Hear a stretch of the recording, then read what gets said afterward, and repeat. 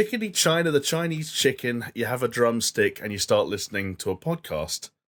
And if you're going to watch a podcast with no lights on, it might as well be the SuperShow podcast, the most premier gaming podcast on planet Earth, hosted by yours truly this week, and joined by the incredibly embarrassed Chris Joanidis. You've already got your head in your hands. Mate, it's just, it's a, like, I don't know. It's, each week that you host, I think we cannot possibly get a worse intro than this. And I'm pleasantly surprised each time. I mean, it is Bare Naked Ladies Appreciation Week, and any true Bare Naked Ladies fan would know that. One man I know who is already joining me in celebrating their vast discography is my other host this week, Mr. Alex Jones. I'm going to say it. That intro was straight fire. I don't know what Chris is talking about. He is insane. That was one of the best intros the Super Show has ever had. Listen. I'm not saying it was a bad intro because I like train wrecks, okay? Not the streamer, just like the phenomenon of a train derailing and killing all of its passengers, and things in that effect. So yeah, I know you. I see what you I'm are. You're a talent hater. You're hating on Jamie's talents as a fine host and presenter because you did not come out with a chickadee chicken intro. Chickadee China, the Chinese chicken. It's the only part of the song that I remember. And you have a drumstick and your brain stops ticking. Watching X-Files when the light's on. I feel like so seen right now. Isn't that what the kids say? Where they feel seen, they feel appreciated. Hey, plus, Chris, this is a safe space, buddy. Apparently not. Apparently this is a train wreck of a podcast. And you know what? The other thing that's going to validate me is not just Jonesy's lyric knowledge, but also the YouTube analytics, because I can see how many people will stop watching this podcast during that intro, Chris. And if, like, I'm going to say 70, maybe even 60% of people keep listening through all of that, then I've succeeded. It's mission accomplished, baby. That's metrics, baby. I'm with you on that one, for sure. Yeah. The only risk we run, ever so slightly, in opening a podcast, especially a gaming podcast, with lyrics to, I'd say, one of the best songs of all time, like maybe at least top five, is that people can actually listen to this podcast on platforms where said music is available. So I hope there aren't too many people who are sat there in front of, say, I don't know, Spotify right now, who have gone, do you know what, I was geared up for the Super Show podcast, but now I've been reminded of the Bare Naked Ladies Smash 1998 hit 1 week. I'm just going to go listen to that instead and maybe come back to this later.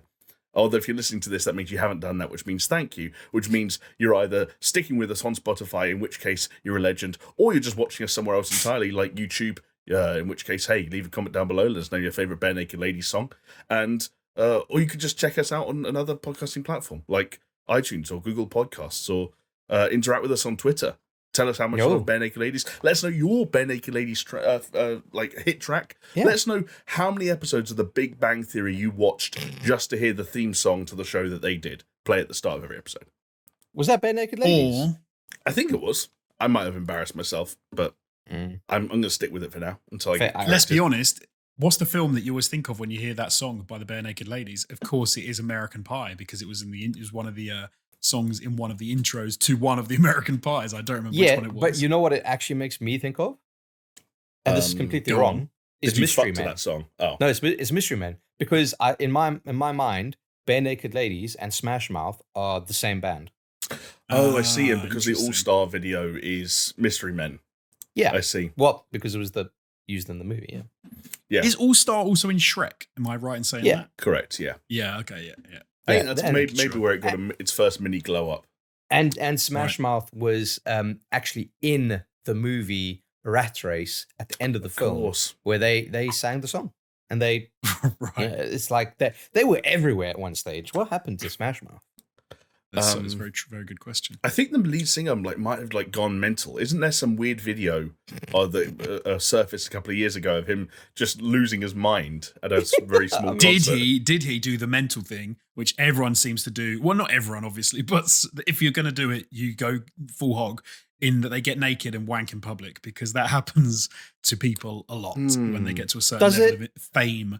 Do you remember the Coney 2012 guy? The Coney 2012 guy got naked and wanked in public. Yeah. Do you not remember that? That's why I always thought that we were too hard on Louis C.K., because at least Louis asked for permission. And did it on a pot plant.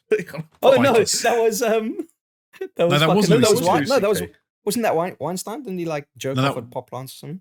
Unfortunately not. That was this is what I'm saying. This is what I'm saying, guys. We've gotten to the point in the simulation where Bare Naked Ladies, Smash Mouth, and Guy Fieri are all in the same band, and they're managed by Harvey Weinstein and funded by Coney.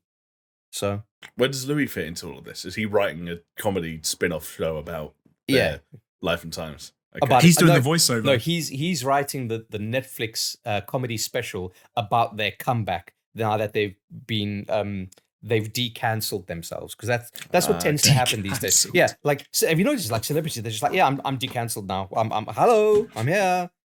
Yeah, I'm de-cancelled. Although who's de-cancelled themselves? Louis C.K. for one. You've got to be careful with the word comeback, though, when you're talking about our friend Louis. Just in case. True. Is it? I feel like he's not all the way back, though. I feel like you don't see him, I don't know, like on mainstream TV. Like, he didn't get his show back or anything, did he? No, I think he's got like a stand-up special on one of the platforms. Yeah, but I feel like that's like the clause that they can do a stand-up special. And he had a show in Kiev, you fucker. Did he? To raise funds. No, I remember. This was the strangest thing. It was like you hadn't heard anything about Louis C.K., and then all of a sudden it's like shit's kicking off in fucking Ukraine, right? You're like, oh, okay, that's bad. Jonesy's destabilized the region, fine. And then all of a sudden it's like, oh yeah, Louis C.K. is going ahead with his live comedy show despite the invasion. It's like, what?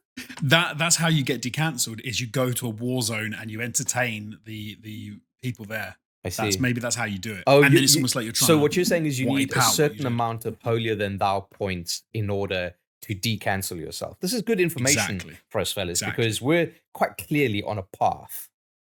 Yeah, exactly. And I just want, you know what, like, when Jamie finally gets cancelled, we're going to have to go and do a podcast live recording in like the heart of North Korea. When Jamie gets cancelled, I want to walk into the room, all right, and much like fucking Jason Bourne, without knowing why, I know that there's 3 exits and I can jump through the door there, and there's a guy there chewing bubblegum, and there's a guy over there with a fucking Stetson on his head. And he knows how to handle himself. Yeah, exactly. I just want to be prepared, okay? It's the scout in me. First of all, I am very careful when it comes to who I ask if I can masturbate in front of. Like, the thing that people forget about Louis C.K. is if he had just stopped doing it after Sarah Silverman, everything would have been fine, because she said yes. She was like, yeah, go for it, I'll watch. And that's it. I like to think she'd say, like, oh, I could do it for you. And he's like, no. This is my time. Yeah, exactly. No, I don't want you to touch it. Anything. Just watch. Just me and this plant are going to do our thing.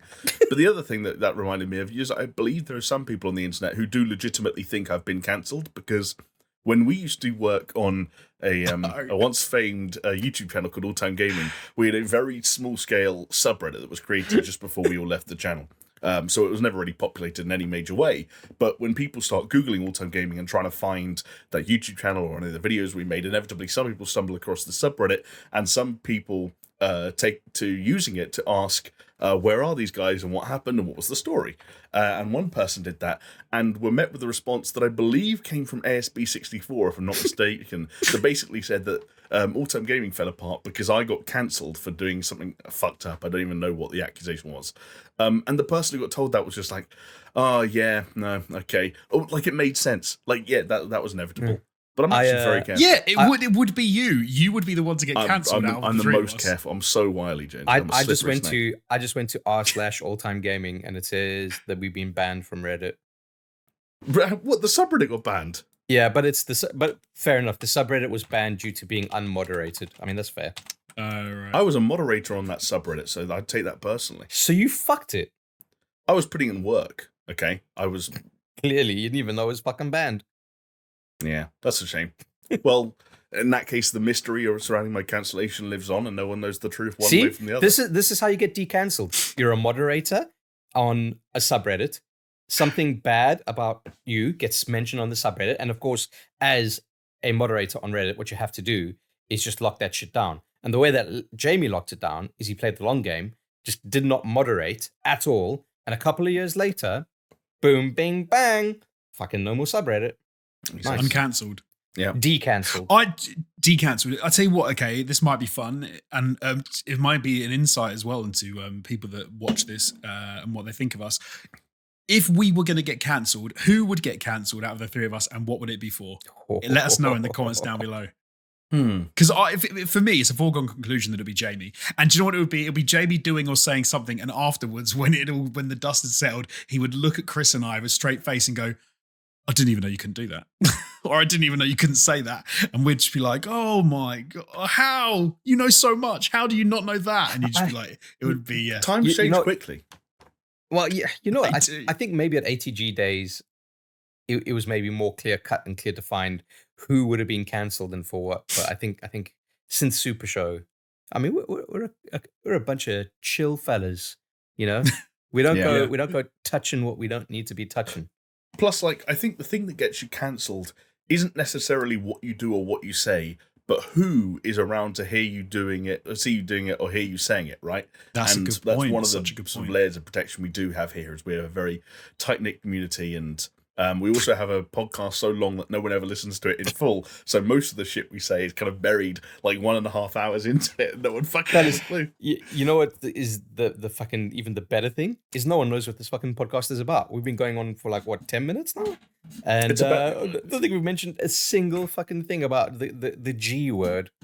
The G word that Chris is referring to is, of course, GIMPs. We like to give people recommendations on the kind of dildo.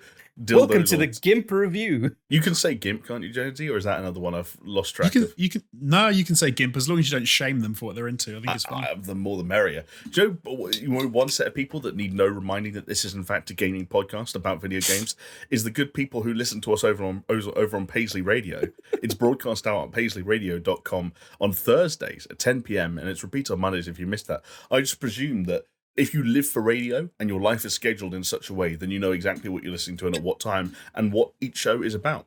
So you don't need to be reminded that it's in fact a show about games and not a show about GIMPs, which some people, Chris, clearly do need reminding.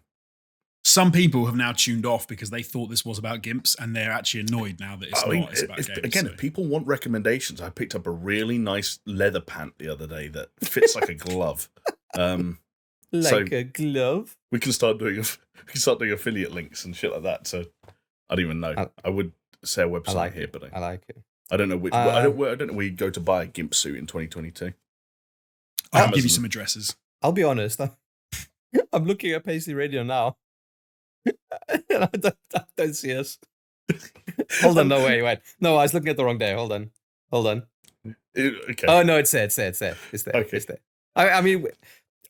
If we weren't on there, I know that we would have been told, but just for like a hot minute there, I was like, huh? Yeah. Well, imagine if we got cancelled from podcasts, from like all the podcast platforms, from Paisley Radio, from YouTube, and we just didn't know. We had no idea, and we just turned up every week, recorded this. It never went anywhere. It's just us talking to each other. Being told when something that you or your team is working hard towards has actually been cancelled without you knowing, sounds like a luxury that like isn't afforded to most people. Most people do get told in advance, but we did learn this week, fellas, that it is actually possible for the rug to be pulled from under your feet, and a project that you are hard at work on, squirreling away on, can evaporate into mist before your very eyes. Especially if you're working on a project for the late great service, Google Stadia. Oh, yeah. Can we take a 3-second break just to appreciate that segue? Because that was. I thought you were both teeing me up for it. I thought that was like a weird sort of, non-verbal communication thing that you both started talking about, like cancelling and doing things like working on something. Yeah, it was. No, it was. It was. It did take you like about 5 minutes, but we got there in the end. Oh no, on my half it wasn't at all. I was just going with the conversation, and Jamie effortlessly rolled it round. It was very good. Well done, it was very good, Jamie. Look, listen. Of the three of us, you are the segue king. Thank you. I'm going to say this, and I want to. Does anyone else feel this? My subconscious is smarter than I am. Oh God, I need to unpack that. What? There are things that if you ever do, so when you're in a conversation with someone, you say something and they go, "Oh yeah, very good," and you're like, "What?" And then you realise that you said something that was like a pun or a play on something that you'd never normally say, and it was like, "Why did I say that?" And it's almost like your subconscious is smarter than you are. Like there's a little homunculus in there going, "Say this, you dumb prick," and then it comes out, and it's like a zinger, and then you don't get it, and then your subconscious is in there just thinking. I don't have that. I've got something else where I could go back and listen to past podcasts, or even if I go back and watch some old like ATG stuff, or even go further back than that, and like let's say I just stumble across like I don't know, it's fucking something I wrote on my fucking Facebook wall in fucking 2008 or whatever it fucking was, right? And I'm reading this stuff and I'm like, that's a fucking smart dude. What happened? Like, I have the opposite. Why am I such a fucking dumbass these days? I read stuff and I'm like, I cannot believe I said that. Like, genuinely, I can't believe I'm not who I think I am. I'm a lot dumber, a lot less insightful, and I should just keep my mouth shut more. Yeah. Well. No, I'm on Jonesy's side of that, but I do get where Chris is coming from. Not when it comes to being, intelligent or smart or having cohesive thoughts, but about humor. Like, I'll watch old videos or old podcasts. I'm like, how was I so much funnier then? Like, how am I degrading in my, It's just COVID, dude. You just blame COVID all the time. That's, I mean, maybe, yeah. A lack of social interaction and everything. Too much masturbation. Yeah. Totally. Too much masturbation, not enough social interaction. All leads to a bit of brain rot, it turns out. Not enough Stadia in your life, Jamie. And I'm holding you personally accountable.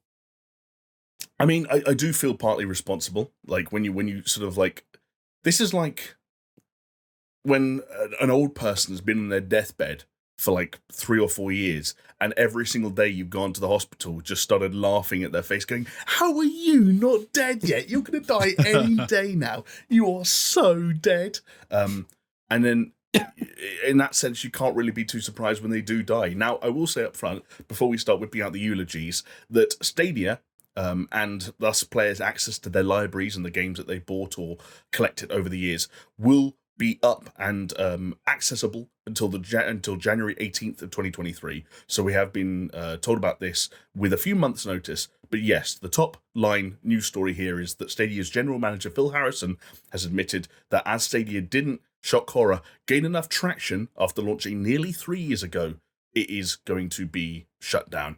Lads, there's lots to kind of like dig through here when it comes to the way that Google are going to handle the shutdown and purchases that have been made over the years, when it comes to how other game companies are going to handle purchases that have been made of their products, even when it comes to how Google handled the developers who may have been working on Stadia products right up until this past week. But I thought I'd put a little pin in that for now and just get your sort of like gut reactions to something that we all kind of thought might happen. Some people might have thought had already happened mistakenly, but it has now officially happened. Chris, Stadia is no more. That, like, first of all, it's almost like vindication at this point, right? Like, obviously, I'm sad for the devs and everyone involved, etc. Blah blah blah. But the fact of the matter is, you know that you're on a sinking ship. Yeah, it's like the fucking string quartet that they had on the Titanic. They're like, well, we're going down. We're just going to keep on playing. Like, okay, fine. Fair play to you. But it's almost like that this was a self-fulfilling prophecy. The reason why Stadia never fucking gained traction is because and sorry if this is like going into something that you might be addressing further down the line, Jamie. But not at all. Go for it. When Stadia came out and they showed the tech, it was really promising. And it was encouraging of kind of like Jonesy's future gamescape, okay? And like, I think in terms of the tech, all of us, at least at the beginning, were kind of there for it. But when they were like, yeah, you're gonna buy these games, okay? It's not gonna be any subscription. You're gonna buy the games outright. They're gonna cost exactly the same as any kind of physical copy or a digital copy on a digital platform. But the caveat there is you can download it to your machine and have it. Whereas this was an always-on kind of solution, and it was a streaming solution. And the whole thing was people are like, yeah, but you're telling me I'm not actually going to own my game, and if you shut down the service, there's no way I can get it. And then all of a sudden, they're shutting down their service, and now they're kind of scrambling to figure out how people can get their games. Do you know what I mean? It's almost like this like weird fucking cycle where it's like an Ouroboros. Do you know what I mean? It's like people didn't go to the service because of the inherent dangers of it. Therefore, the inherent dangers became evident and were actuated. And then all of a sudden, because no one does that, the service shuts down, self-fulfills that prophecy. Yeah, it's a self-fulfilling prophecy. Yeah. Do you know the first thing that this made me realise? Stadia's announcing it was closed. It made me realise that I still hadn't cancelled my Stadia subscription, and that was something that I probably should have done a while ago. I'd never bought any games on it, luckily. Was that the free tier? No, I think it was like £7 or something. It was. So you've been paying £7 a month. Oh, there's about 1,000 things that I'm signed up to that I don't remember about that I'm paying like about £7 a month for. But I'm like, I think we've just said this is the least surprising thing in the world. When they launched Stadia and we started talking about it and we were saying, hey, look, it's Netflix for gaming, all of this. And then they came out with their actual pricing model and the structure and how everything was going to work. We literally all sat here and said, this is never, ever going to work. Like, who would sign up to this? DOA, right? And yeah, absolutely DOA. Like 100%. And not the fighting game DOA, like actual Dead on Arrival. No. To me, I was surprised by this news, I'll be honest, because I thought they had just shut down Stadia. I remember reports saying that like they've stopped and that they had shifted to offering the service to like enterprise solutions, etc. Yeah. Like a while back. And then that's where the news of The Quarry previously being a Google Stadia title, and then who's at Supermassive, they kind of said, yeah, no, we're not going to do Stadia, because I thought that was the thing. Do you know what I mean? I thought Stadia closed down and then they just shifted it, but apparently not. Like, who the fuck knew? And like, honestly, when that news came out, which was like, what, middle of this year? Why did the rest of the developers that were still working on stuff? I mean, okay, fine, maybe they were contractually bound, actually. But yeah, like, surely at that point, you're just looking at the clock waiting for the fucking the countdown, you know? Did you what was the tweet from the dev who was like, oh, if we're not getting paid now, like we've made this game, Google signed us up to make a game, we've made the game, the game's complete, it's supposed to be delivered next month, and now we know they're not, like, what's the betting? There's no way they're paying us. And it kind of heartbreaks for the devs who are in that position, especially if that's how they found out. There must be something in their contracts, though. First of all, they would have been given a sum of money to even start creating the game, right? So I don't think it's like a net loss there. But no, but it's still a loss though, right? It's still in the sense of you are looking at like the profits you're going to make. It's going to launch, especially if you're like a young team, a new team. It could maybe catapult you into something. It's a big launch for you. It's going to be on Stadia, and you now know none of that's coming. But if they've completed the game or near completion of the game, surely it's just a case of pivoting to your Steams, your Epics. You'd hope so. Yeah. You'd hope so that you can find a publisher. Because I don't think it's not like developing for like a Nintendo platform or a fucking PlayStation platform. It's developing for a PC platform that is then streamed to you. I think so, but at the same time, I believe there are other layers to it that complicate the factor, because I know firsthand of some studios that are were almost advertised as the fact that they were good at doing Stadia ports, and did Stadia ports for a number of major titles, where, like, to what your point, Chris, you thought to yourself, hang on a second, that game already existed on, PC or whatever, or whatever the case may be. Why not? Isn't it just a case of kind of reining in some of that stuff and making it work? But apparently, it seemed like there's more to it than that. But yeah, however you cut it, the news that most of us sort of like kept picking up over the course of a number of tweets that came out that day, that developers were finding out about the future of Google Stadia at the same time that all of us found out about it, is bizarre and a really bad look. And in spite of some of the kind of the slightly more positive and goodwill-oriented moves that Google appear to be making as Stadia goes away, that was just, I can't for the life of me understand why you wouldn't even if there's just like a weird round robin email that you send out like the day before you tell the public, like, hey, maybe try and find a way to make sure developers don't find out that the project they're working on is essentially being cancelled via Twitter, or as an example. I thought that was a really bad look for Google. Yeah, not that they care, but the thing is, like, Google has a long and storied history of killing off products.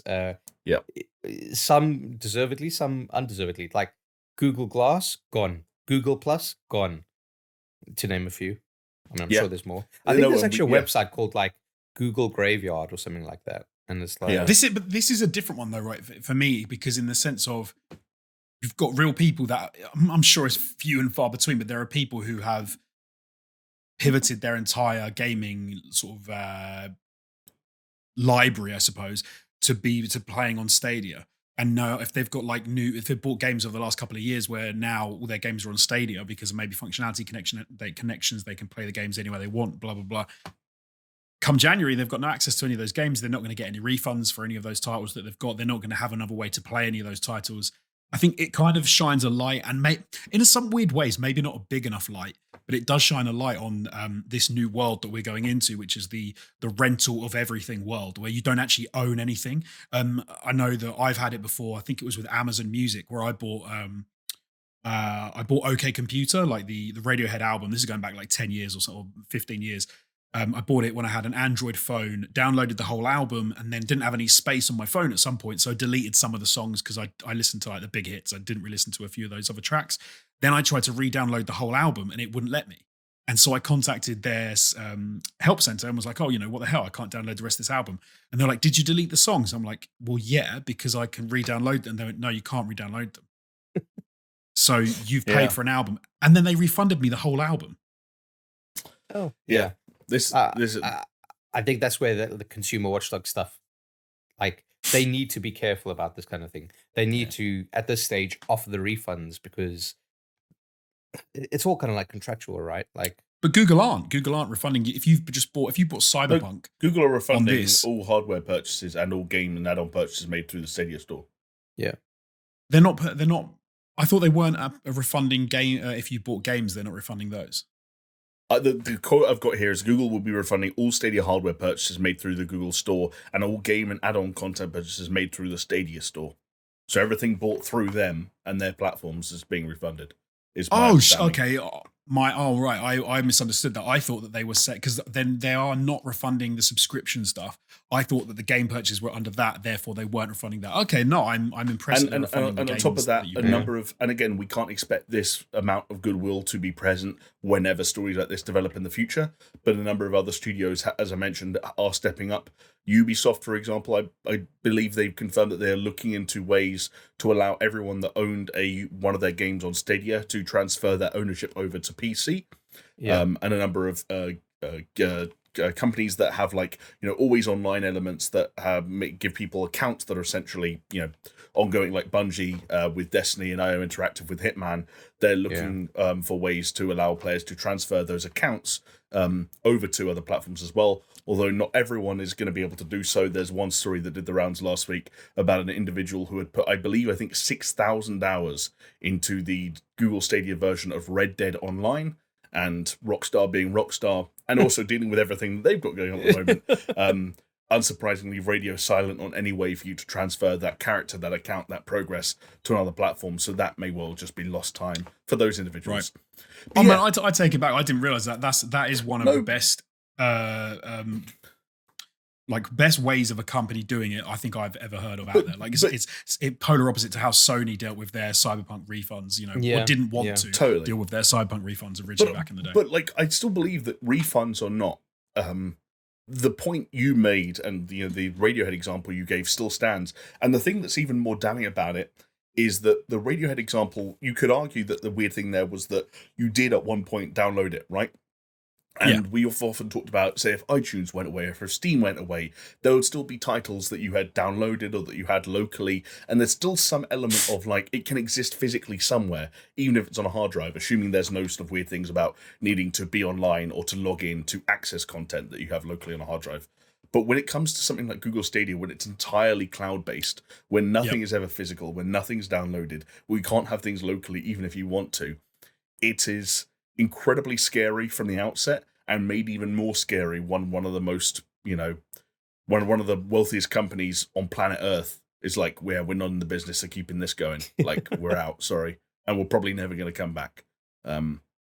It would make, I think, looking at what happens to, say, a company like OnLive and using that to fuel skepticism for Google was kind of like, they're not really the same thing. But I think in the future, using what happened to Google Stadia and using that to fuel skepticism for whoever the fuck is next, or even just the future of existing ones like Amazon Luma, I think that's becoming increasingly like fair, because don't get me wrong, as Chris said, Google can move quickly. They can have an itchy trigger finger when it comes to services that they fund that then don't immediately work or take off or establish the relevance in the way they hopes they would. But it paints a very ominous picture for the short-term future of cloud gaming, and how far away we are from the long-term future of cloud gaming. I think it almost like makes it more, I think, obvious what needs to happen, which is we've talked about before. Like when Netflix have movies on there that you can watch, and then they take a movie off of Netflix, you don't feel like you've lost anything because you're not paying for that movie. You're paying for a subscription service, and they have movies on there. But then I think that if you had the similar situation, like Games Pass is a similar sort of deal, right? If the game is taken off of Games Pass, you don't then go, oh, well, I've put loads of hours into it. Like it's not. It was never your game. But there's a difference though with Game Pass, right? Because with Game Pass, it's a documented thing that games come and games go, and then usually what they do is they say this game, like let's say you got the game in your library, you'll get a notification saying this game is leaving the library at X time, right? And then they say, here's a discount on that particular game if you just want to buy it outright, and your saves will transfer over and everything. Whereas, during there's like multiple avenues there covering it. Yeah. But can I give you a bit of a quick rant? Because you mentioned the whole Netflix model. What about fucking Amazon, okay? Fellas, Everything Everywhere All at Once came out on Amazon Prime, and it was free, and I was like really amped. I hadn't seen it yet. I was like, cool, let me sit down, let me watch this shit. I watched 2/3 of it, 2/3 of that fucker, enjoying myself, but it started falling asleep because I'm an old fuck. And I said, I'll come, let me put a pin in it. I'll come back to it in a few days. Went back a few days. Guess what? Amazon were like, oh yeah, you can watch the rest of it if you pay. Fuckers. Yeah. They removed it from fucking Prime. I couldn't believe it. It was, and apparently they fucking pull the rug from under you from like, this is a thing that they do. It can't have been on there for more than a couple of weeks then, right? No, dude, literally, it was like, it launched that week, and the whole thing was like, or any articles you see was like, on TV this week and on streaming services this week, Amazon Prime, Everything Everywhere All at Once for free. You can watch it here. Like, quality. And I think the week hadn't even gone out of it being launched before it went straight to paid rental. That's weird. I've never heard of that before. It's mental. That is super weird. I'm fuming, and people wonder why people turn to torrents, right?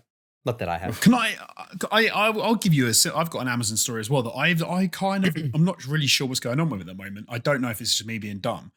I have got seasons 1 and 2 of Attack on Titan that I bought on Amazon Prime, but I bought it, I actually paid for it, and it's in my purchases. I can't watch it. Because when I go on to Amazon to try and watch it, it is there, it's listed, it says you've got these 2 seasons, but when you click through to any of them, you can't actually watch any individual episodes. And if you try and search for Attack on Titan on Amazon, it comes up with like, oh yeah, you can watch Attack on Titan on Amazon, but when you click onto it, it says this is no longer available in your region. Yeah. So yeah, that's the sticky thing. So I paid for it. Like I thought I owned those seasons of that. I didn't realize that was per licensing arrangements with the publishers of Attack on Titan and Amazon.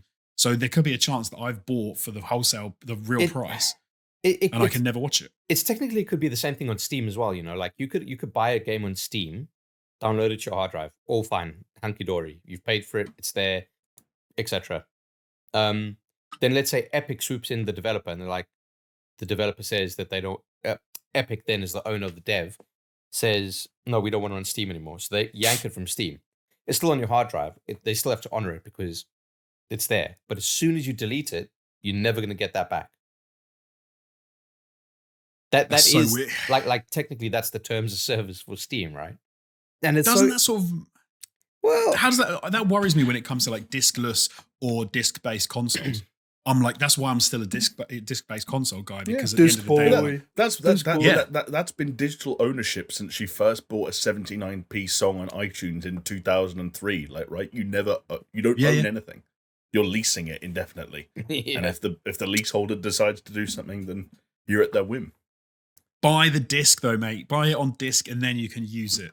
Disc boy. Unless it's an always online game, and then it doesn't matter if you can't use it anyway because the servers have been turned off, and then you couldn't play it even if you go on the disc. Yeah, exactly. Plus, we all know the real Bullshit. reason, as outlined during the original Disco discussion, we all know the real reason why you still buy discs to this day, Jonesy. He shoves it up his bum.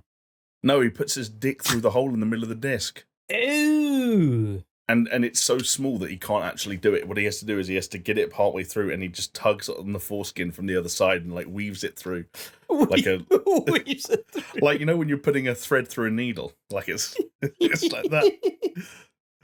Oh, what? Hang on, Jonesy's doing charades. What is? It's like when you put your finger on the tip and you put the foreskin over your finger. Oh, okay. Now we're getting Every American watching this now has no idea what you're talking about. See, I haven't seen June, but I imagine that's how that big worm thing works from that. I imagine that's the mental image I get in my head. I just see Timothée Chalamet being enveloped by the world's giantest foreskin. Just putting his finger there, just waiting.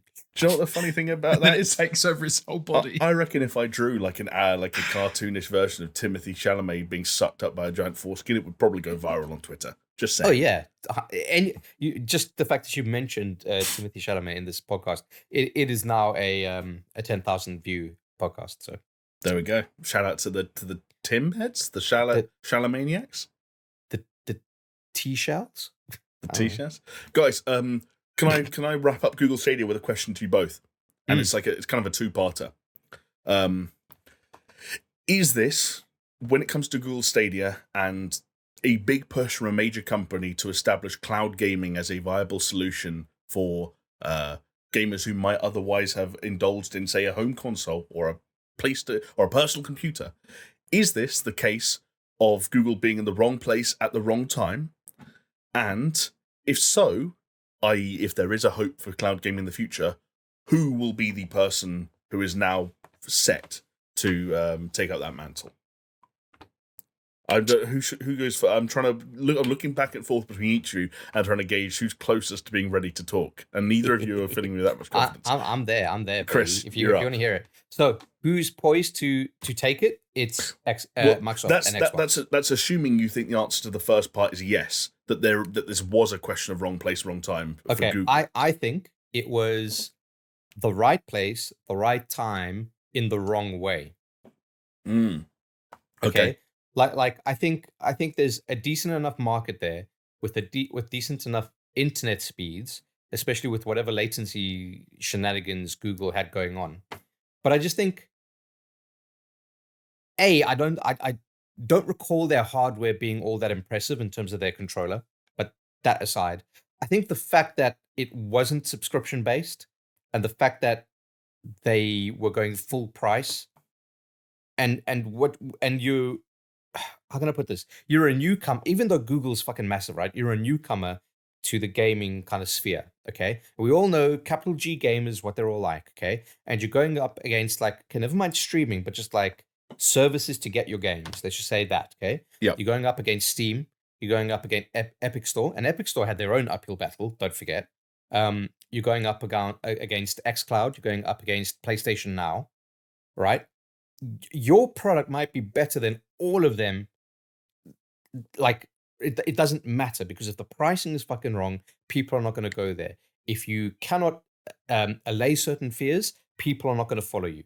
Okay, so I think they had the right product.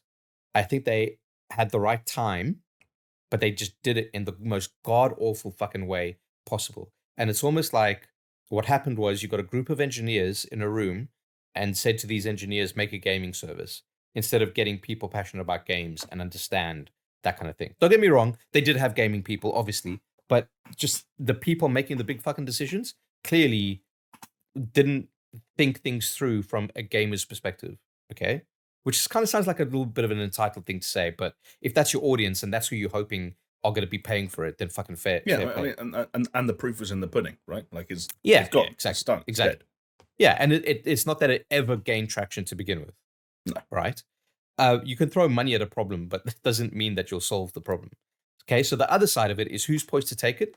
I think it's Microsoft. They've got the Azure servers. Okay, if we think Google had their servers, that was their whole kind of like USP of it. And Amazon have got their fucking AWP servers or whatever. And Microsoft have the Azure servers. Okay, the thing is that everything that kind of Phil Spencer's trying to do with Xbox and xCloud and all the stuff you're hearing about, like partnering with third parties like Razer on their presumably upcoming cloud handheld, Logitech's cloud handheld, baking xCloud into Samsung TVs, I believe it was the plan. Like they are thinking about it right, and their service is right with Game Pass. Yeah. Right? Like they are poised to take it, and in fact, I think anyone's poised to take it from Google's point of view, because after Google's failure, because as long as you fucking learn from it, like the time is ready. We've got the technology. We can build it, but will people pay for it? Only if it's in a fucking service and it's worth it. You know? I know one person who'll pay for it month on month and then forget he's doing so. Yeah. Hold on. There? He's there for me, but who knows what this will look like by the time it's finished. Yeah. Jonesy. That's what I think. Oh, it's a tricky one. I think it was the wrong service at the right time, but that having been said, I think they've also served a really valuable purpose. I think we always forget the sort of the companies and the products and the things that fall on the wayside as we're trying to develop, as we're trying to get into a new paradigm. And I think what Google have done will actually serve as a really important sort of like milestone in getting from where we're at to fully cloud-based gaming services. And maybe one of the things is how not to do it is just as important as knowing like how to do it. Like we often talk about games when they come out of a new, way of doing like a battle royale game, for example. When someone nails it, you're like, oh, use that because they've absolutely nailed it, right? But there's also really important times when a company will get it wrong and will say, well, don't do that, because everyone fucking hated it. And I think what Google have done is they've shown what not to do in the space. And I think for me, the biggest problem they had was they kind of answered a question that they answered a question no one had, which was like Steam, for example, made your ability to play PC games more efficient, easier, and it gave you a place to go and how to download your games on your PC that you're already using. Stadia was like, hey, we know you've already got all these different ways of playing games. How about we make it more difficult, more annoying, and give you a service that no one asked for, and you still have to pay full price for it? Whereas I think we all know what needs to happen. We need a cloud-based gaming service where you can go on with any device you've got. You can hop into an account, you pay a monthly subscription that's reasonable, that people can actually afford, and you can play games. Like, I think everyone knows the product. It's the weirdest thing at the moment. Everyone knows that product. And that is for games, like that is for everyday games, right? That's for all the games that are coming out. Google, and what they should have done for me with Stadia, was almost become their own Nintendo, which was develop their own games, publish their own games, and have the only place to play them and to stream them. And then that to me would have made so much more sense. Because but that was part of like their multi-pronged plan, though, right? It was, and they were going to get a load of. Never really came to fruition, did it? No. And what they kept trying to do was they kept trying to poach people from other platforms to come and play games on Stadia. And it's like, why would I do that? Like, I can go and play these games anywhere else. If they'd have followed through and said, no, there's specific Stadia games, you can only play them on Stadia. Look at the massive titles there are. Look at all these exclusives. We're only about Stadia developers, Stadia publishers on Stadia. I think it would have been, it might have worked for me. But so, yeah, I can find some positives in it, I suppose. And who's going to be next? I think Chris is right. It'll be Microsoft. I think PlayStation are also trying to do it, and I think those two are just going to keep trading blows as they have done for a long time. I think PlayStation have tried to like level up and have not maybe done as much as they wanted to with their new offerings, with their new 3-tiered system. I don't think they're anywhere near Microsoft are, but they'll learn. And in a few years, it'll probably be Microsoft and PlayStation for me that sort of get it right finally. I think we can all agree if there's one person, one player in the sphere that it's not going to be, it's Nintendo with their fucking abysmal fucking online ideas. But Nintendo don't care. No, I know.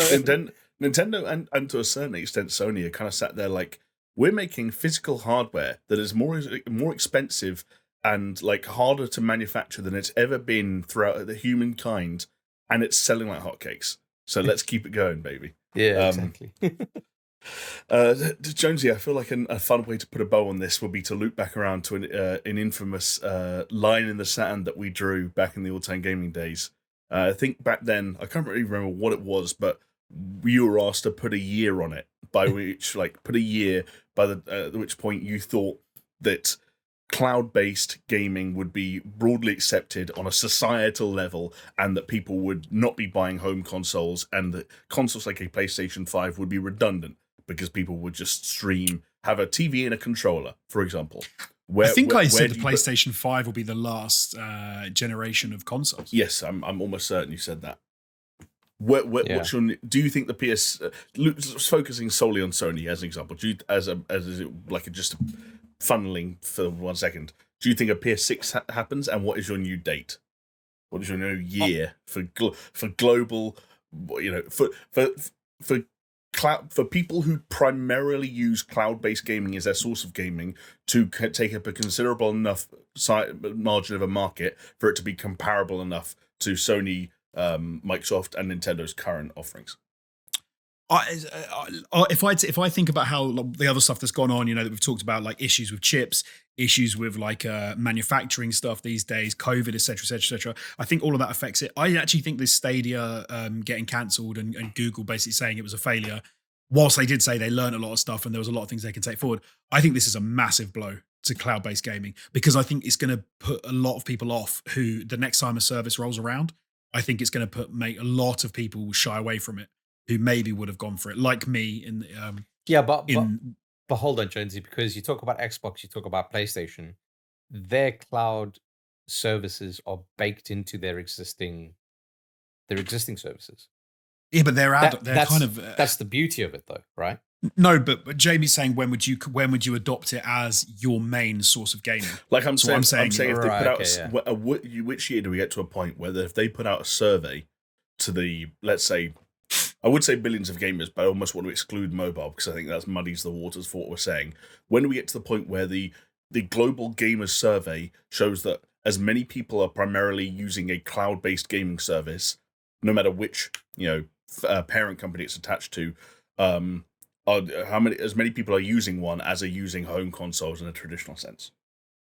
So yes, for me, this has massively pushed it back. I think because I probably said like 2022, 2023. I remember 5 years was a date that I often said.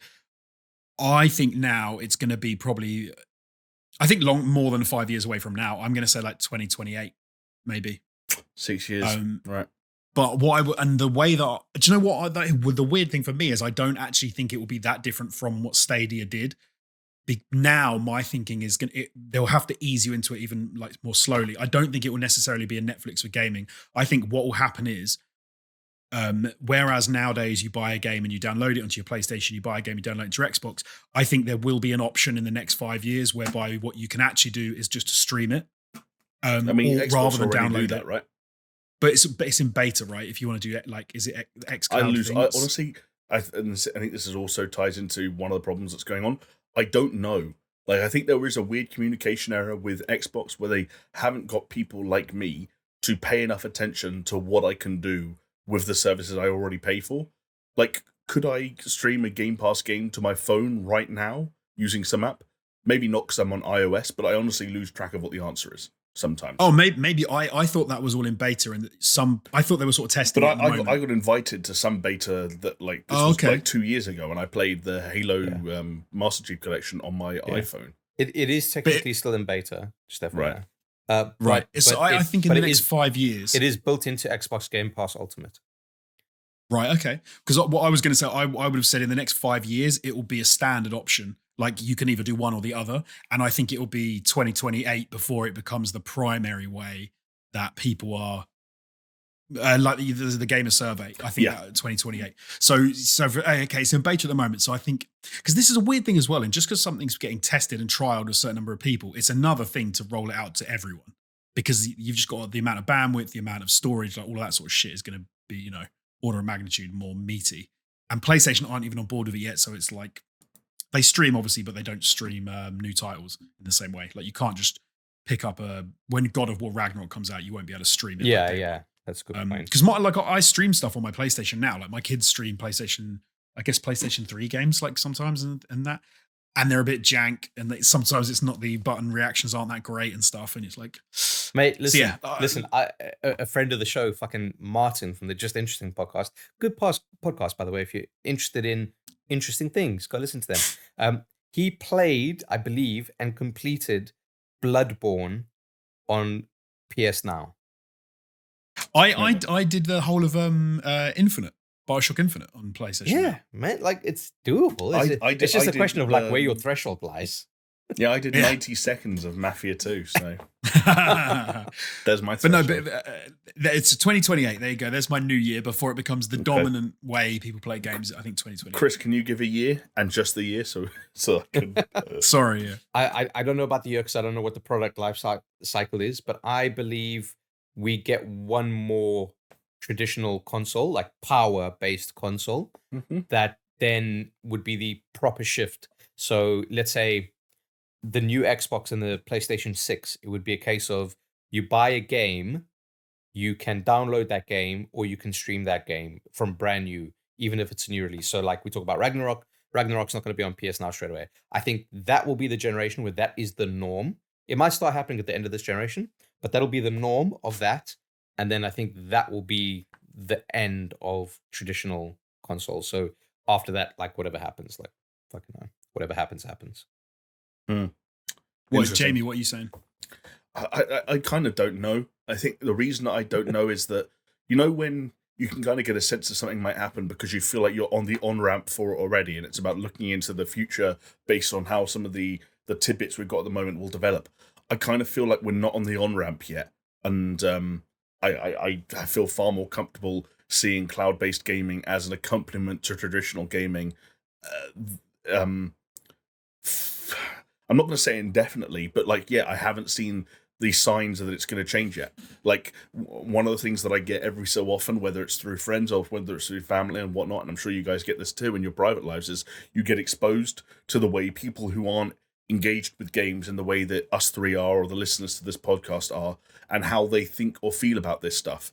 And I know people that spend hundreds of pounds a year on video game software, and that number will go into the thousands every time video game hardware comes out, who, if you ask them what Google Stadia was, they'd probably guess it was like a word processor.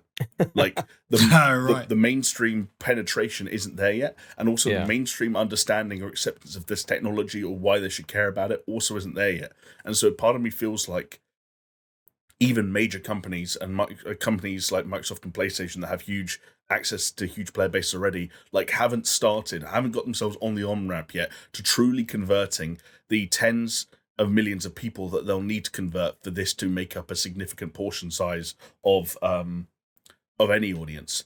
And so if you're asking me, by the time, let's say the generational cycles stay around the same length, if you're asking me by the time we get to PS6 territory in 2026, 2027, whether some of the people I'm interfacing with now are ready to start streaming a video game, no.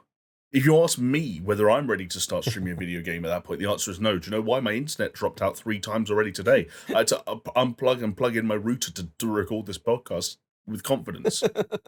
It's not going to happen. A good point. And you know what the other thing that is going to happen? Internet speeds are going to get faster and faster and faster and faster and faster. And the thing that's going to happen is the line of reliability for streaming video games is going to go up. And your which other line is going to go up at the exact same rate. The speed at which I can download the game and not have to worry after I've launched it. Yeah. But the big thing for me, and I think it's going to be like a Venn diagram, is going to be the size of the video game, because we're getting more high depth. But they're getting smaller now. No, but they're not going to, though. They're going to be getting bigger and bigger. Well, I think in the next generation, as we go further, people are going to start talking about 8K. They're going to start talking about I need at least 120 frames a second. They're just going to get the textures of the fucking assets are going to be they're going to get abandoned. The thing is, they're going to get smaller before they get bigger. If the first 2 years of this generation are anything to go by, like PS5 games are currently smaller than PS4 games. Okay, no, fair enough. But I don't know. I can't see PlayStation 6 games being smaller than PlayStation 5 games.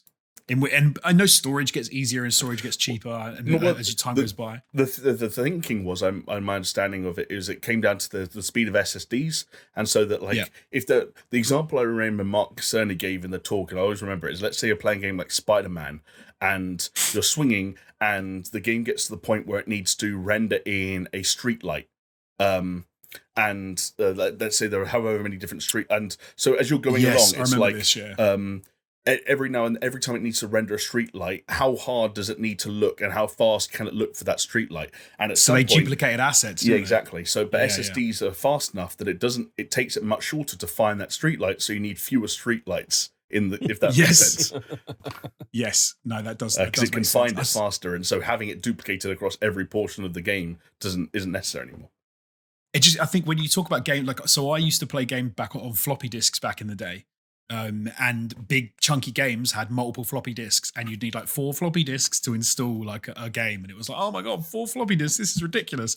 And if I now think about that, and I think about Warzone, that is insanity. Jesus, that and then how many floppy disks would you need to put Warzone on? There's a fucking viral video right there. Someone needs to put Warzone onto floppy disks and then like say this is how many floppy disks for they'd reach the moon. So I think that for me is going to carry on. And like you said, download speeds are going to increase, but size of games is going to get bigger. Just imagine the insane high detail renders and assets of games when they're like photorealistic. Of when like Unreal, was it Unreal 5? Is it there's the one with the Wii Matrix thing? Imagine like Unreal Engine 8, like it's going to be ludicrous. It's going to basically be storing the world on your fucking computer. But along with the engines comes like new compression technology. Yeah, like everything grows at the same time. No, it does. And everything still gets bigger over time. Like Jamie's point is good about the assets needing to be duplicated on discs, but you then also get to people like, well, now they're so much faster. We can put so much more shit into the game, and it hasn't got to worry about storage. So we're just going to make the biggest game world ever.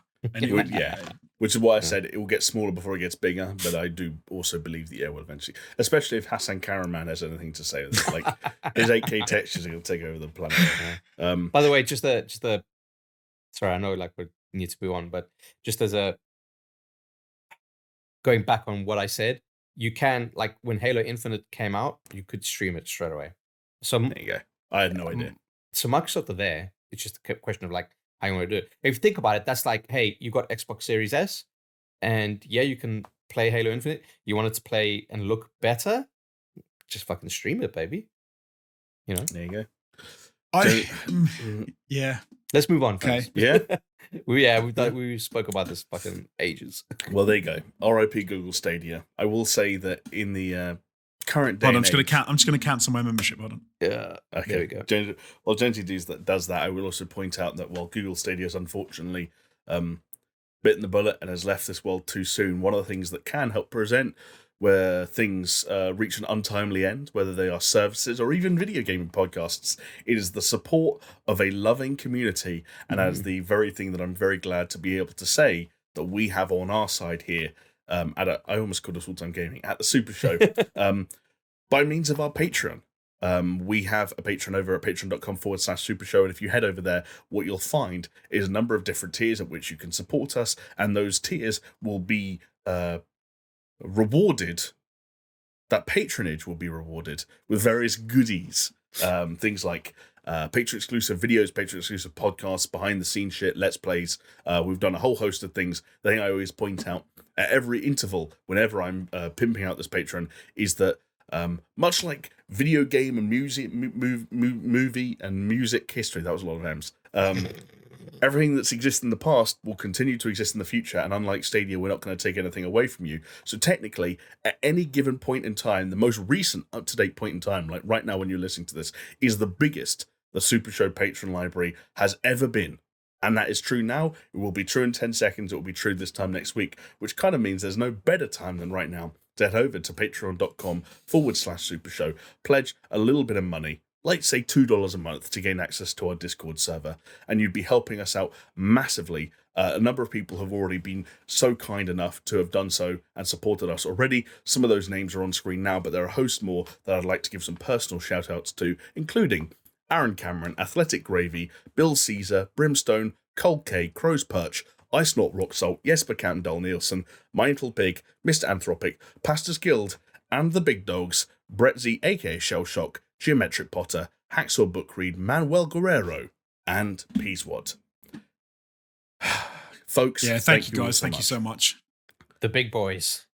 The big boys, indeed. Once again, that link, patreon.com/SuperShow. And a huge thank you to everyone who has ever supported us, past, present, and indeed future.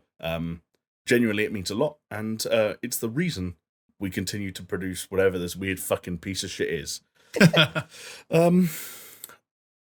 They're kind of our overlords in a weird way, aren't they? And I'm cool with it. Yeah, exactly. Like I think we've referred to them as like almost like the board of directors in a weird way. Like, yeah, they are the board of directors. I like to think that we are simps for our patrons, and not the other way around.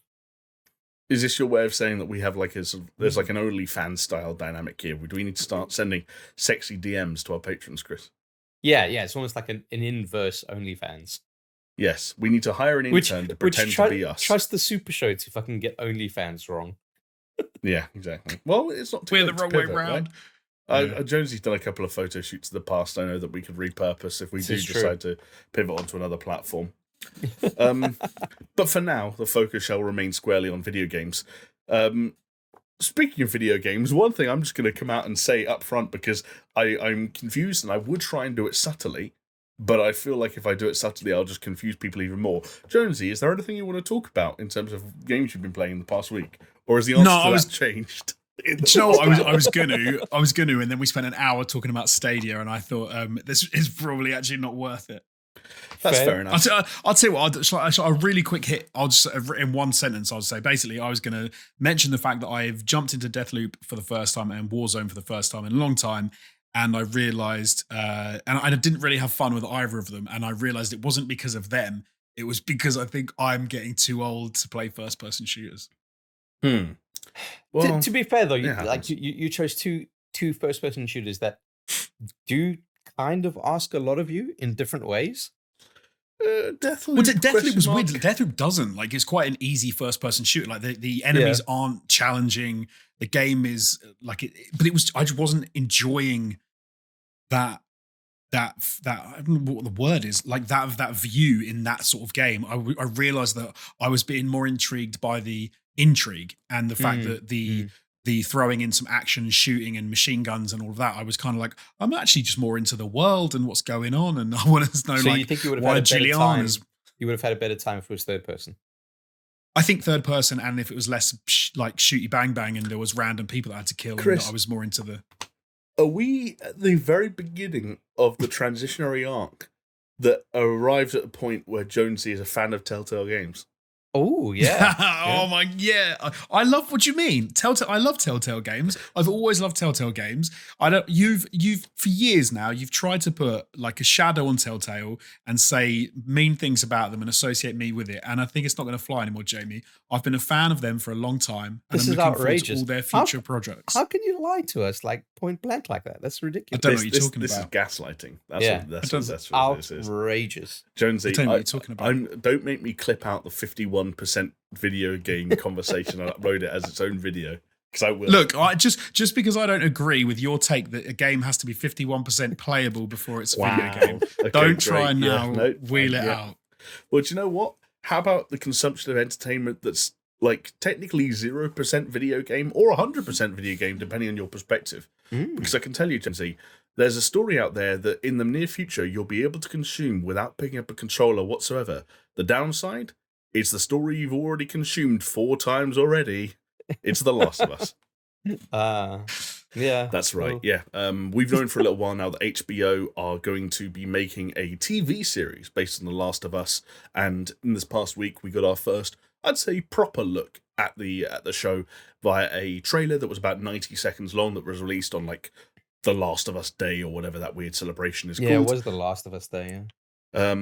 So basically confirming a lot of what we know already. HBO Max in the US and Sky here in the UK, largely covering events that we saw play out in the first game and starring Pedro Pascal of the Mandalorian fame playing Joel, and Bella Ramsey of Game of Thrones fame playing Ellie. Due out sometime next year. Like I said, our first proper look at it. Chris, how hot, how cold are you? Let's fracture this question, because I want to know, one, based on like a theoretical Last of Us TV show, if it were as good as it could be, how interested you'd be, and then B, based on what you're actually seeing, just in case there's a difference there. Okay, but before we get into that, there is something that I wanted to mention, but I forgot. Just as you mentioned the patrons, I just want to give a shout out to a non-patron member who's been supporting the show. which is Oddman Nunez, because he's been giving us some super thanks, which I didn't even know was a thing that we had enabled, but apparently we did. So yeah, thank you, Oddman. I really do appreciate it, and all of us kind of, we're just always appreciative of the support that we get in different ways. And yeah, yes, I just wanted to give a shout out there. Like, it needed to be said. But yeah, back to the HBO thing. Okay, so the two-pronged question was, theoretically, as good as it could get, could a Last of Us TV show be good? Absolutely. I think there is value there. I think there is merit there. I think the danger is, though, this is the disconnect, okay? And it's such a tricky thing when kind of like adapting games. Do you go the route of just completely rehashing the story? And like you said, it's a story that we fucking had and experienced like 8 different times now. Is there a risk in that, in terms of just saying like, we'll just watch the fucking cutscenes, right? But there's people's takes on things and how you could see it come to life. That's always interesting. The other side of the coin, and I think that's maybe going to be a little bit more in terms of this, is where do they take their liberties, and how do they kind of put their own stamp of things? If you think to like the Halo series, where like famously they're like, oh, we've never fucking played the game. It's like, well, fuck, what can you expect? But look, I think like watching the trailer here, I think all the ingredients kind of like could potentially live up to the hype. I'm glad that in the trailer that they showed, they didn't shy away from some of the more iconic scenes, even if they were just little snippets. I think it could be good. And I think it's a unique world, that it's a world that could very nicely be explored. I think it'll do well. I have high hopes, especially the people fucking involved. What's the dude's name? Craig Mazin. Like, yeah, like I still watching think that Chernobyl is yeah, the exactly. best television of the century. And watching that trailer, I was like, you could see the Chernobyl DNA in there, totally, for lack of a better kind of thought. But yeah, I agree. I'm happy with it, man. Let's see where it goes. Speaking of where it goes, Jonesy, you've been pulling so many faces in the last 5 minutes, and I can't pass any of them. We should just do like a supercut of Jonesy's reaction sometimes. How do I feel about this? I like, the story of The Last of Us I love. I love the games. I think Last of Us Part 2 is probably my favorite PlayStation game. Or PlayStation, like my PlayStation era. So like not just PlayStation specifically, if you know what I mean. So I love the IP. I don't love the trailer. Okay. I think it looked kind of low rent, a lot more so than what I was expecting. I don't mind Pedro Pascal as Joel. I'm not sold on, what's her name? Bella Ramsey. Bella Ramsey. I don't know. She just doesn't scream Ellie to me, and she may well do in the role. Like, you actually watch it, it may be fine. I just get a different vibe from her. She looks a lot younger than I think I thought Ellie was in the original game, and I can't imagine that some of the sass and some of the way that she kind of came across is going to work coming from, because she looks too young. Like, and she just looks fucking young. She looks like 9 years old, and maybe, I don't know. I know she's not. And people have said that she just looks really young, which is fine. She might be a phenomenal actress. I've only seen her in Game of Thrones, I think, when she played the Lord's daughter or some shit. I'm kind of hoping they, like Chris said, that they showed some of the iconic scenes. I suppose they're going to have the iconic scenes in there. What I was hoping for with a series was maybe less so. I don't know. I thought I wanted them to go like buy the game, and this is how basically go the same way the game goes. I'm now thinking I would rather they played the pivotal moments, but actually did an interpretation of the in-between sections, because those are the bits that you actually play in the game. They can't have them like verbatim, and you don't even need it. I want to see more. I want to see more like world building maybe that they can do in a show than they could in the game, because you don't have the sections where you have to. Now you've got to fight waves of enemies and it looks like a level and specific places to hide behind. They don't need any of that shit. They can just make a TV show. Yeah. I didn't realize it was going to be so. This is going to sound really dumb. The trailer made me think it's a Western with zombies. Interesting. which I hope it doesn't seem like that when I'm watching the show, because that's not what I felt from the game. Yeah. No, there's no real Western influence in the game. Which is kind of, I think it was just because the music, the colours, everything was kind of muted because I think, all the time. I don't think it looked low rent the same way you did, but there is something like you're watching television, you're not watching a movie. Like you notice the frame rate is different. You notice like the things are different, and I think that lends itself to comparing it to other TV shows. And I think one thing that this is going to get caught up in, not necessarily from fans of the game, but from TV people, is The Walking Dead. And there is this kind of like Walking Dead-y Western zombie element that it needs to quickly, I think, differentiate itself from and tap into more of the, as Chris mentioned, the Chernobyl DNA, which I think is far more. And Walking befitting. Dead fatigue is definitely real. Like, and you don't want to transpose Walking Dead fatigue from that show onto this show, because it would obviously be really unfair. Yeah. So I'm looking forward to seeing it. I think they could do different things with it. The thing that's kind of like a head scratcher for me is HBO. Usually their seasons are like 10 episodes. Right? I don't know. Actually. I don't know. Something like that, like 8-10 episodes. My question is this: like, okay, as an example, like how many episodes was Chernobyl, Jamie? If you're on the, I think it was 8, but let me double check for you. Okay, so let's just say 8 to 10 episodes. How far do they get in the story? 8 to 10 episodes in. Oh, it was only 5. There's only 5 episodes in this. Oh no, of Chernobyl, it was only 5. Oh right, okay, all right, okay. So let's just say 8. Okay, just argument's sake, 8 episodes, 1 hour each. How far in the storyline do they go? Okay, I don't think they're going to cover the entire game, because they can't. That's madness. Okay. Well, in 8 hours, but that's 8 hours of gameplay was probably 15 to 20 hours of the original game. But think how much of that is you playing that they don't have. Yeah, I'm kind of with Jonesy. Okay. So do you think they'll encapsulate the entire game, especially considering that they had shots of the DLC of like the story stuff, left behind. Right, yeah, they did. So, where do you think they go? Do you think they go all the way to the end for the first season, to the end I think they could do. I think the way they do it is kind of something that Jonesy tapped into, which is that I think I mentioned it on the podcast before, that the funny thing about The Last of Us is it's a game that we so often talk about as having one of the best game stories in games, right? Yeah. And when you break it down, The Last of Us does not have one of the best stories in games.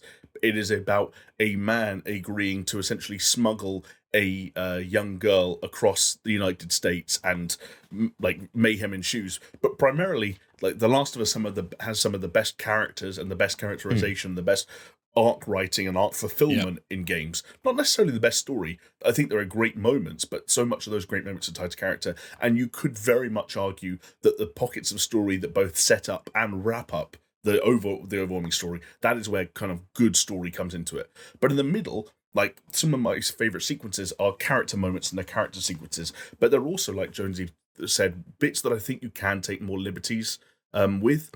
I think one of the weird things that you remember, like, realize about The Last of Us when you replay it, and so you're almost paying attention to other areas, is The Last of Us as a game does a lot of editing.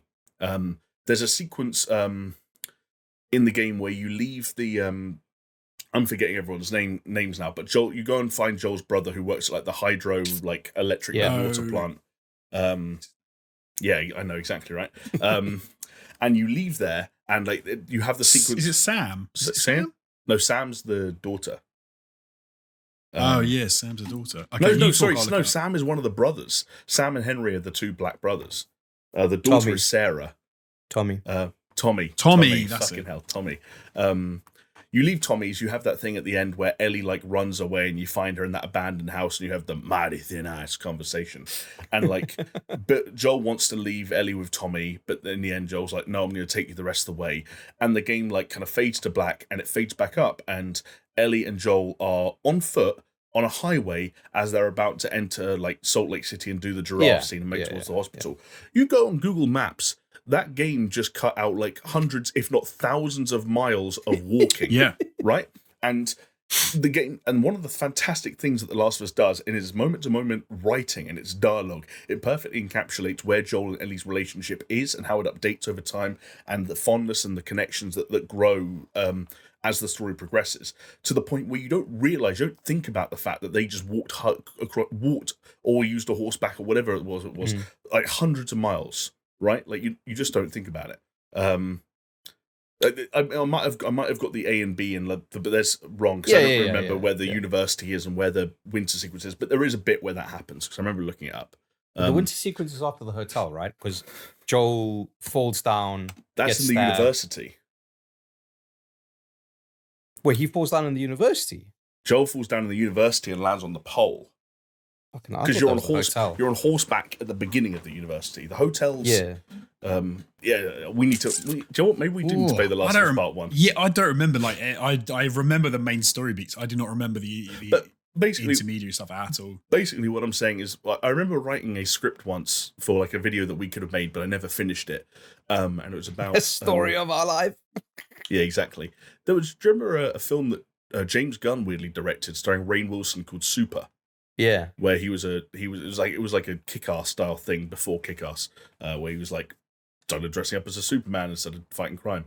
And there's a kind of a romance between his character and another character, Elliot Page's character, in that film. And they're irony.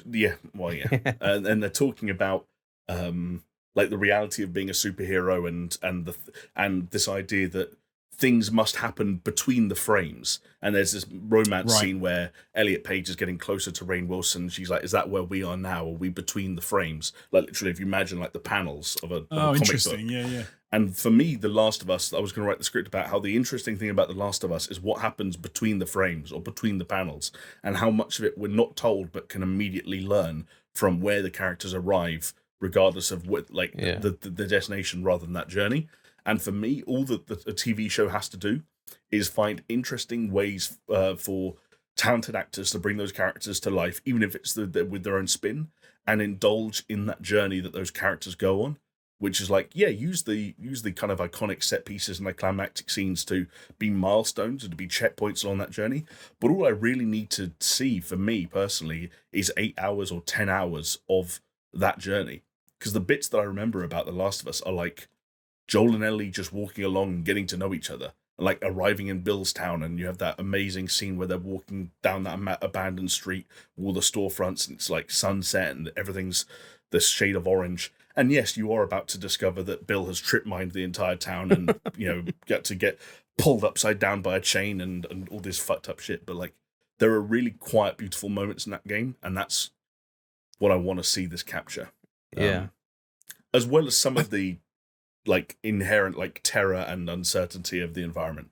I will say there's one, for anyone that doesn't want to watch all of Chernobyl, there's one specific episode that I think of Chernobyl that I think you can watch on its own, that I think is a really interesting insight for like where The Last of Us can go. And Chris, I don't know if you remember, but it's the one with the 3 soldiers who are tasked to go out into the abandoned towns and like kill dogs, basically. Yeah, because they're nuclear, for want of a better word. Really interesting. Yeah. Anyway, sorry about that. I think you're absolutely right. Like I think one of the best examples I ever saw of it was I enjoyed Star Wars Rogue One, and they did a wicked job of creating this entire I know like Star Wars has gone a bit crazy in the last few years with like other stories, but Rogue One did a great job of going, this is an untold story you had no idea about, and it finishes perfectly where A New Hope starts, and Darth Vader gets on board the ship and captures like Princess Leia, and R2-D2 sent off with the plans. But it's weird because with Rogue One, you knew exactly where they had to finish the film. So it's almost like, well, this is going to be kind of dull because you know how it ends up anyway. So what's the point? But they have such an interesting interwoven story that could have loads of connotations and everything. But it doesn't devalue the story at all. That you know how it ends up.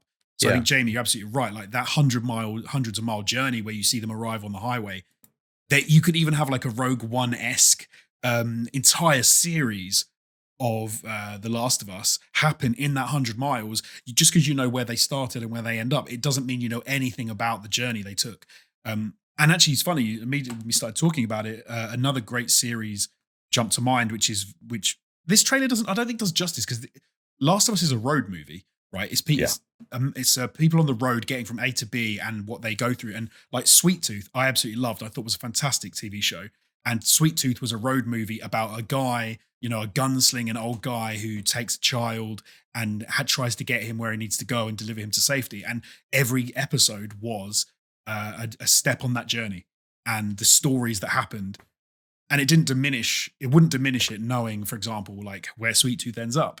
It's because you still don't know what happens on every step of that way. So I think it could be phenomenal, but this trailer kind of worried me a little bit.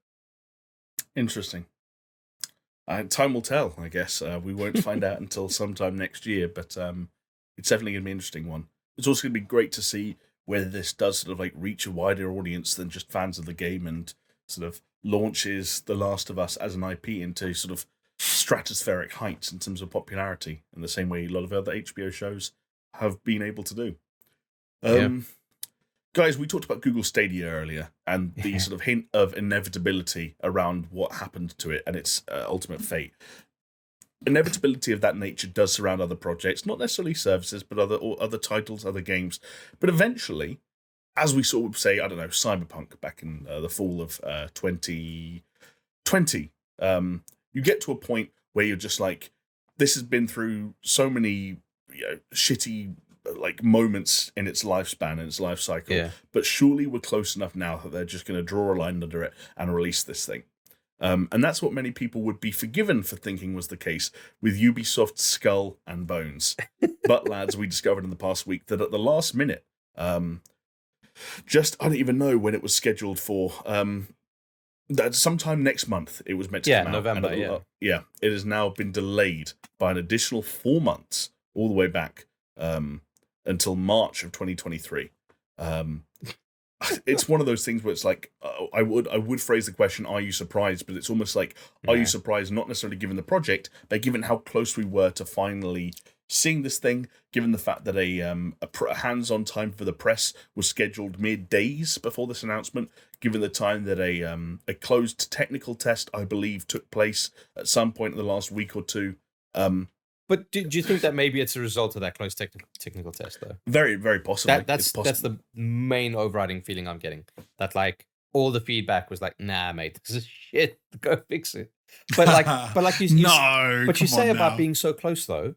Fucking hell! I mean, you brought up Cyberpunk, Jamie. Cyberpunk had the fucking iconic fucking image of Johnny Silverhand holding up a silver CD because they fucking went gold. Gold CD because they went gold. And it still got delayed. So nothing like that, regardless of the developer or the game, should ever surprise us. But I think this from the fucking playtest, man. Honestly, it's very possible. Plus, I think there's that element of, like I'd mentioned before, of the producers, where it might actually make more financial sense for them to just fail at every hurdle for this game, and to just never have it come out or just be a complete failure. It's kind of, okay, is it good in a way, though? Because Ubisoft have a little track record in recent history of just, when something's obviously not going that well, just popping it out, not really talking about it, and then just being like, oh yeah, that came out, didn't you play it? And so the fact that they're actually delaying it and trying to get, the best version of the game possible, I'm kind of hopeful that actually, no, it's going to be surprising. Skull and Bones will come out, we'll all be pleasantly surprised. And it'll be like, oh, there was just a technical issue that meant that that's why they delayed it till March. Maybe. I mean, 4 months is not like in the grand scheme of things. The amount of delays that's gone through, it's not exactly right. End of the world. Yeah, it was originally first due out in 2018.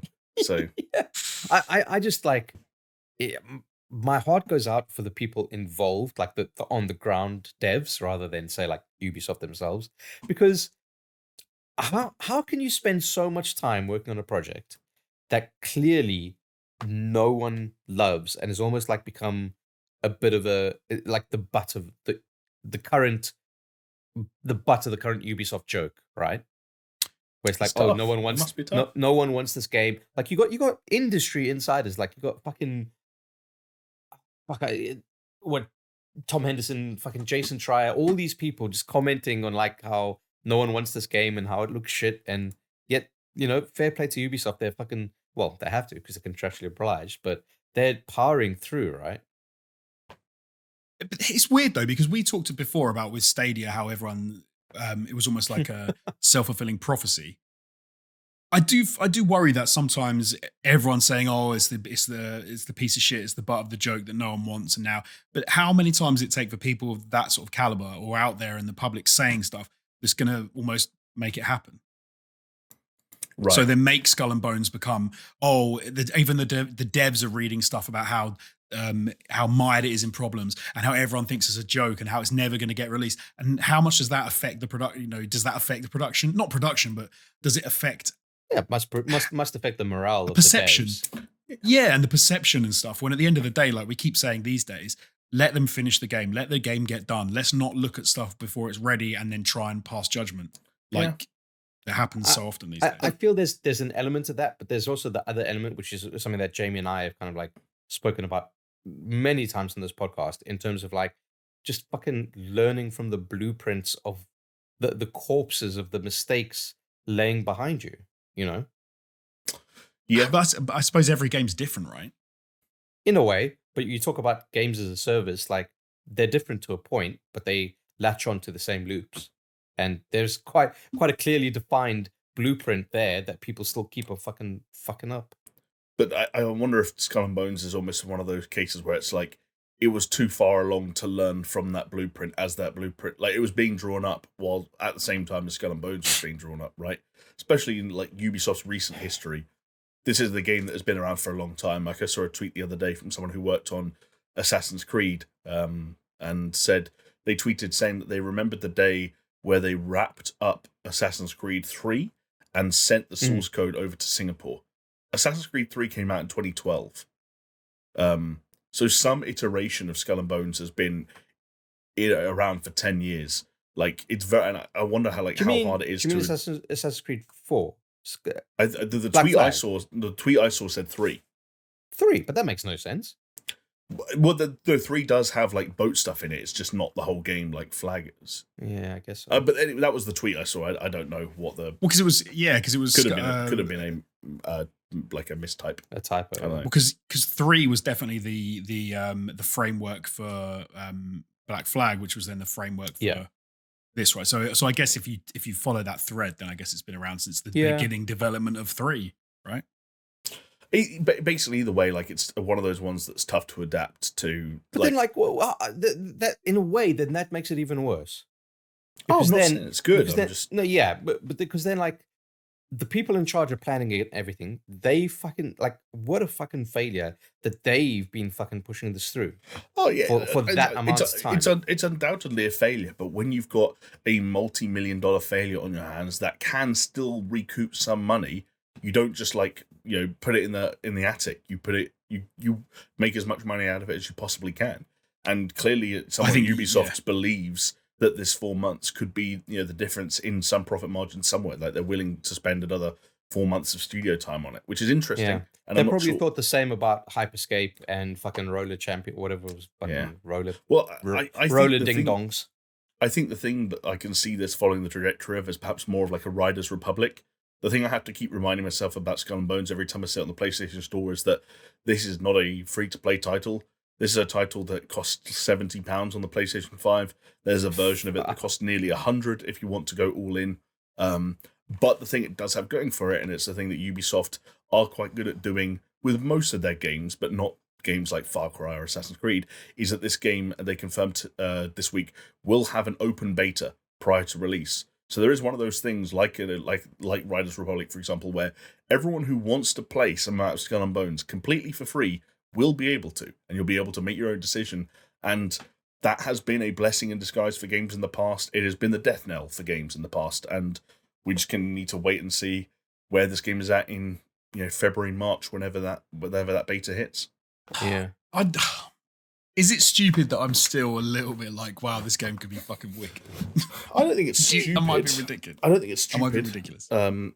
No, I don't think. Do you remember the first time playing Assassin's Flag? Do you remember the first time playing Assassin's Creed 3 and playing those sections and thinking like, Jesus, this is well good. And then Black Flag came out and it was like, yes, this is just cool. Why isn't there like a fully fledged? And I get that, and still there's a little part of me inside that's like, is it taking this long because of that? The idea made sense. Yeah, but there's a lot that needs to happen. And as someone who played like 5 hours of Assassin's Creed Black Flag like 2 weeks ago because I was bored. As soon as you start to think to yourself, like, how much would I be enjoying this game if I could only get out of the boat to walk around these very small environments to collect quests and then immediately get back on a boat, for example.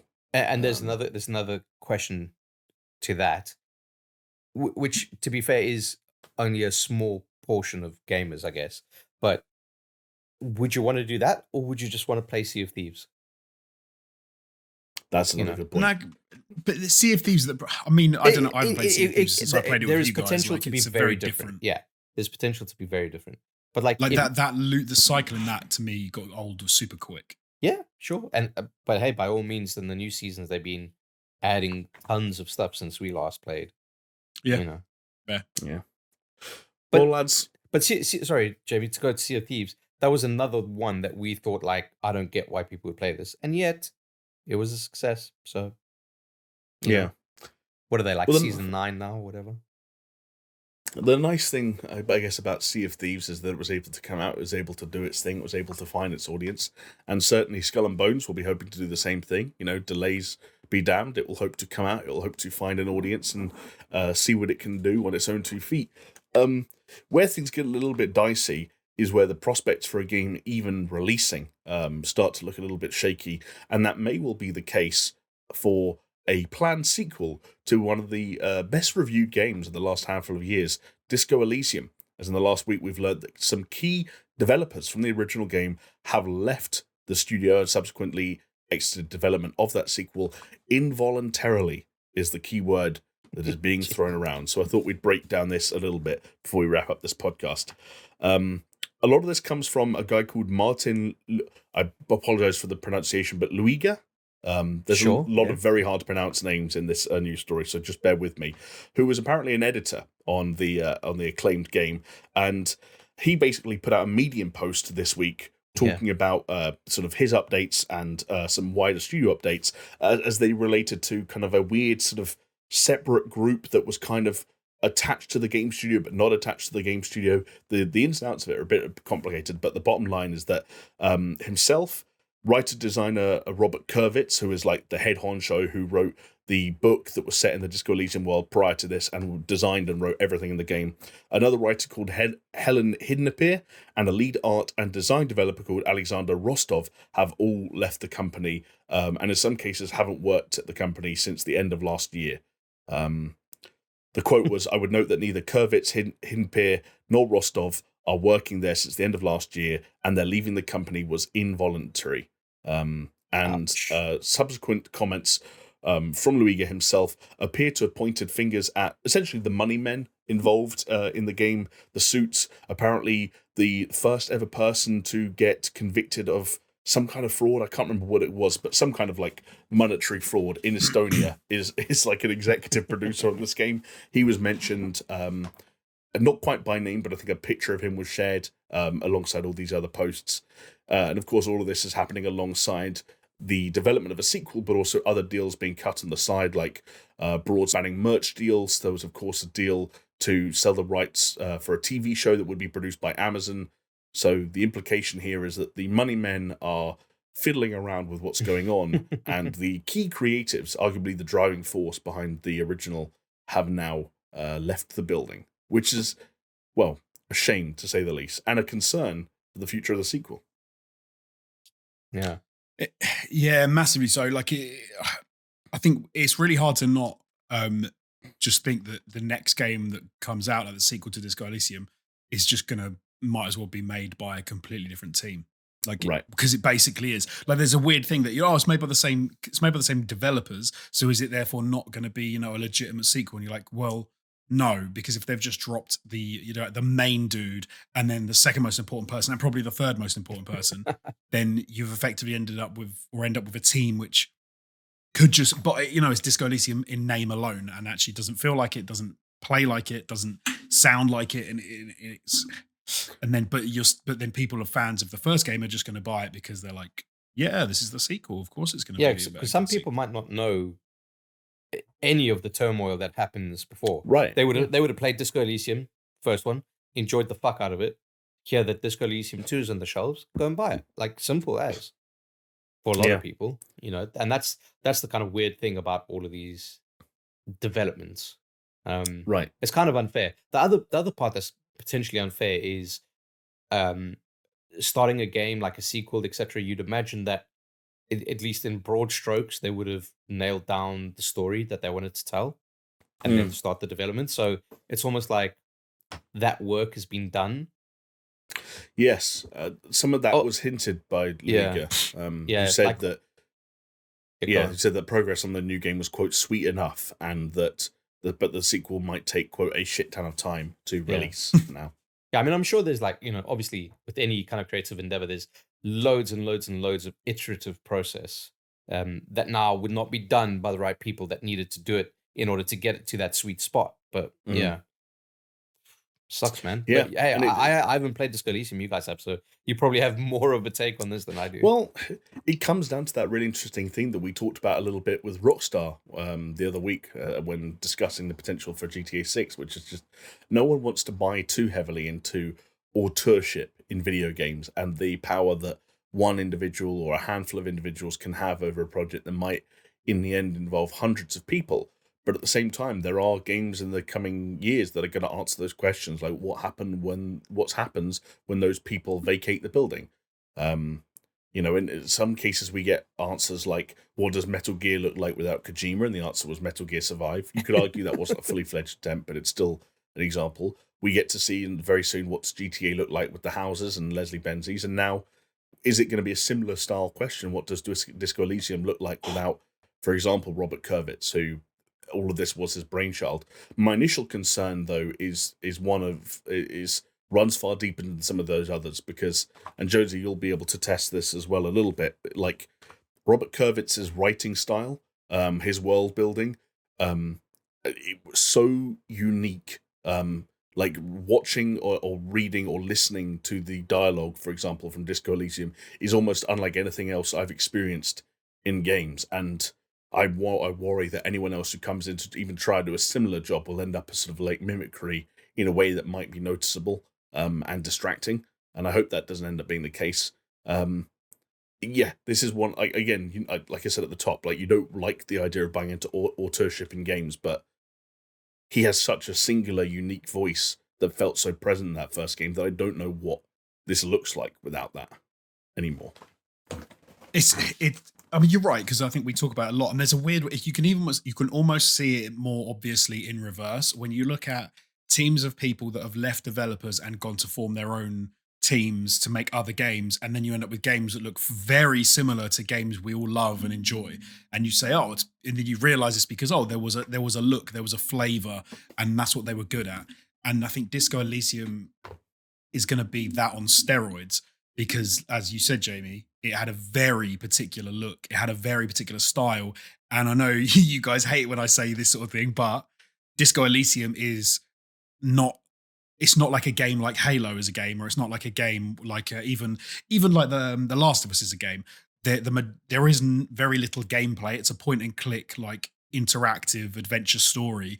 But the thing that does all of the heavy lifting is the amazing writing, the world that exists. It feels like Robert Kurvitz, the writer, had an entire like world in his head that he knew how everything interacted, and it built and it was a very engaging story, and it took you along for the ride, and it took me right from the beginning to the end of the game.